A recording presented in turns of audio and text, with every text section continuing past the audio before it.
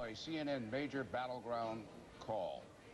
Governor Bush is the winner in Ohio, and he grabs the Buckeye State's 21 electoral votes. This is a state that he absolutely had to have, given what happened in Florida, Pennsylvania, and Michigan. It is also a state Republicans have to have because they just don't win the White House without it, especially with the loss in Illinois. And it now suggests that there is at least a little more optimism, not optimism, but at least hope on the Bush camp. That's right, hope, because if you look at all the other states, before we get west, if Bush can win Tennessee, Arkansas, Missouri, Wisconsin, Minnesota, if the electoral map begins to stabilize. It's also a CNN is making another call right now. Governor Bush moving very quickly in Tennessee, embarrassing Vice President Gore by snatching his state's 11 electoral votes. Yes. We wish to make a correction about something that was said earlier. I believe that Woodrow Wilson got elected president without carrying his home state of New Jersey. The second time. Yeah, that's the second time, in 1916. So any of you taking notes, please jot that down on your chart.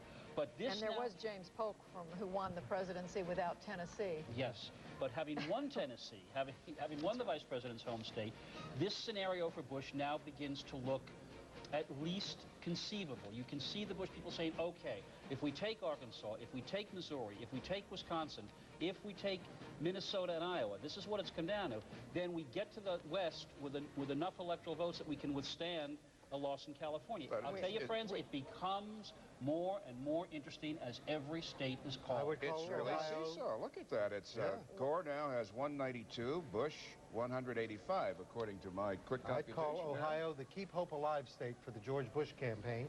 And what we found in the exit poll is that one of the reasons why he won it was gun owners.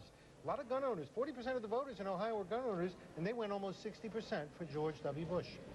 We should say, too, that about Ohio, that it's been about a week and a half that Al Gore pulled his ads from that state because the polling information they were doing inside their campaign told them they really didn't have much of a shot. They pulled out a good bit of money. And if we go back to our keys and we talk about social issues, the gun ownership issue was one that the Gore campaign thought was going to drive women away from Bush. At least in Ohio, we can at least make the speculation that working-class Democrats, gun owners, had a problem with Al Gore's gun control stand. We'll find out a little later.